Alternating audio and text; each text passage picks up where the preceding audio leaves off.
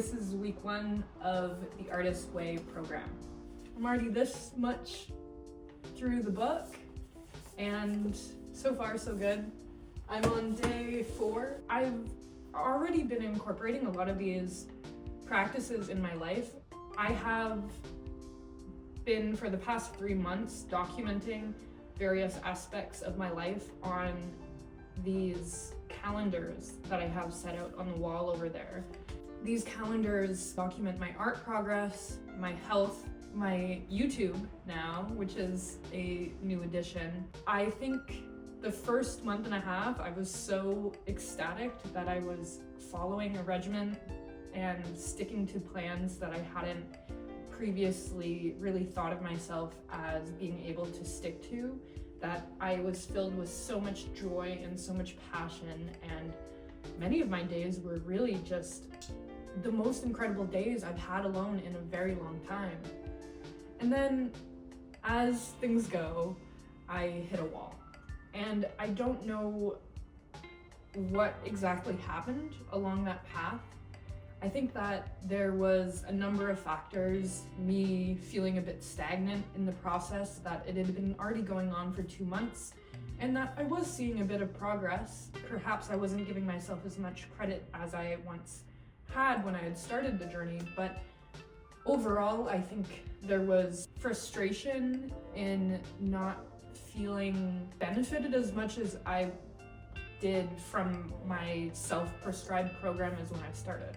I wanted a new way of expressing my thoughts and feelings through this. The winter months are pretty harsh. I'm blessed to have some sunlight in the studio this morning, and I'm really grateful for that regardless. One huge aspect of why my program has been so life-changing is that I focus every single day on gratitude.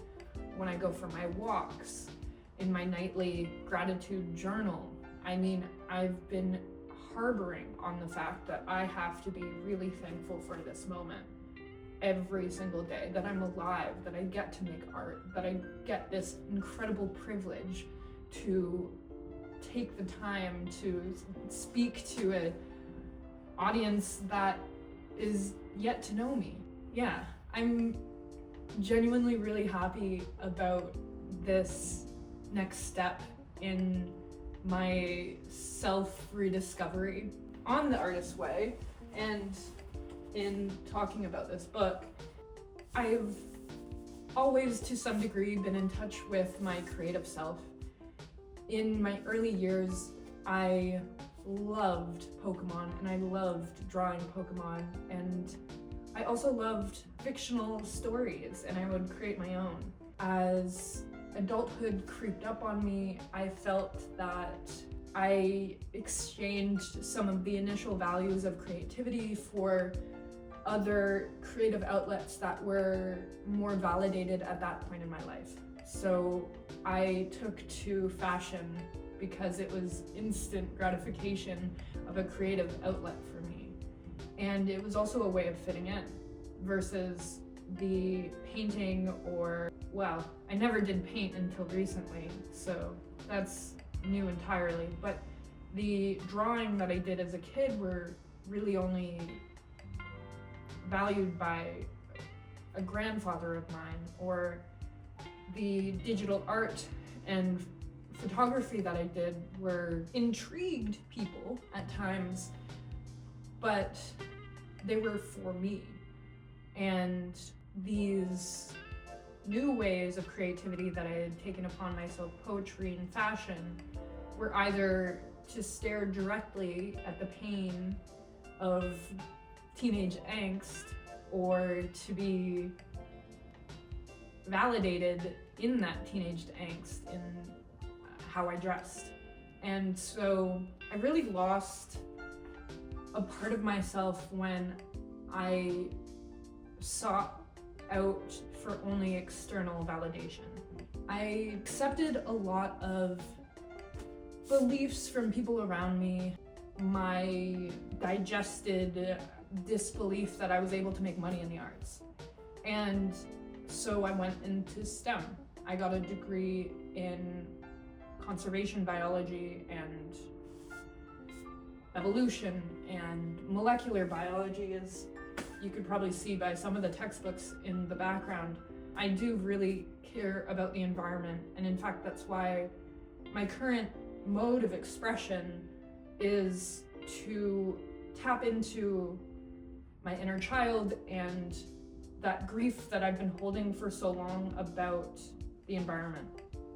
Now, I'm going to make many videos on this because that's essentially the main point of this channel, but I think this is a great starting point for me to talk about those things. I've been doing my morning pages daily.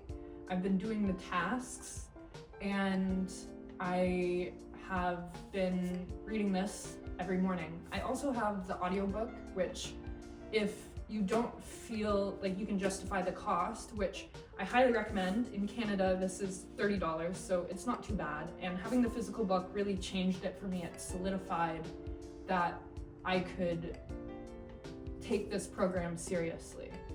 However, you can absolutely take the program just as seriously through the audiobook and through writing, and you can look up free PDF versions of, say, the contract that says that you'll commit to this for 12 weeks. You know, it's really interesting because I think everyone has an artist inside of them, and I think as humans, we are meant to create. Painting is something that really interested me for a very long time, and I thought that I wasn't able to do it. I had dabbled in university in creating cards for birthdays, and then I went into doing some pet portraits and drawings of animals and nature that I liked, and I thought for a moment perhaps I could go into biological illustration, because that was a validated form in STEM, still in science for me, that I could use my creative outlet. And then AI started ramping up and I got scared. I got scared again. And I thought about making a portfolio, and I didn't have that much at the time. When I started seeing that images could be generated with a couple of prompts into DALL-E, for example, I got so scared that, again, money wasn't going to be there by the time I entered the field. There's this feeling, this unrelenting feeling that regardless of what field I go into, whether that be conservation or whether that be art, that by the time I get there, it's too late. But I know that's a fallacy, and I know that that's a limiting belief that I need to let go of. So I'm working through this YouTube channel to try and unpack that. And through this series, I'd like to explore what comes up for me and allow that the algorithm of YouTube to perhaps connect me with other people that are exploring this at the time. There's so much grief, and there's so much chaos, and there's so much political turmoil happening at this very moment in the world that we can feel so helpless, or this pain can be projected into really unproductive and unremarkable ways, in ways that project onto other people that don't ask for this pain to be put onto them. I believe if you don't take time to let out that grief that you feel about your hopelessness, then it's going to be put onto somebody else. And that's just not a world that I want to live in. At least that's not a way that I want to live.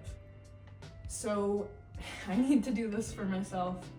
And I'm going to be filming my painting processes as well, and talking about my art and why I think my art matters, at least to me. So yeah, I have been trying to film this video a number of times, but I think I've got to a point where I don't care anymore. I'm just gonna let it go and say, screw it, this is who I am and this is what I'm doing at the moment. but I do want to surrender to the universe and say, I'm ready to try to put myself out there. I'm ready to be seen and heard, but along with going towards goals that I believed would fulfill me at the time, I had to pick up, or I chose to pick up, fears that I never really cared about prior to the pandemic.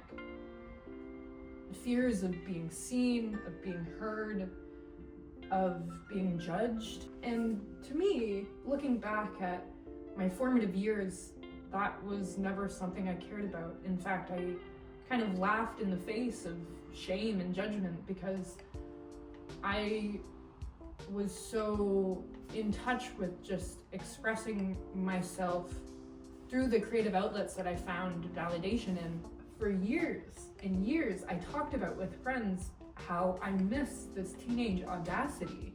I miss this ability to just put care to the wind and say, I'm going to show this version of myself and who I feel I am in this moment to everyone. That became a really unbelievable thought. Not something that I believe I should let go of just because I'm a proper adult now. I'm not in university anymore. I'm not in school. I don't have these liberties, but that's a fallacy. I can totally and completely still agree to let myself be in front of others. I think it's a necessary part of my healing and certainly a focus for my 12 weeks. If you'd like to see more of this journey, then please follow along. And if you don't, that's okay too. I really think that this is a video essay series to myself and to my future self. On week 1, I'd like to ask week 12 Tegan, how is it going? Do you think of yourself more of an artist now in the future than you did at week 1? Does this allow you to let go of some limiting beliefs around finances and creative expression, and especially around being seen? I think week 2 I'll talk about the fears and turmoil of being seen, so that'll be coming soon. But for now, I just have to put myself out there and do it. So thank you so much for watching, and I'll see you next week.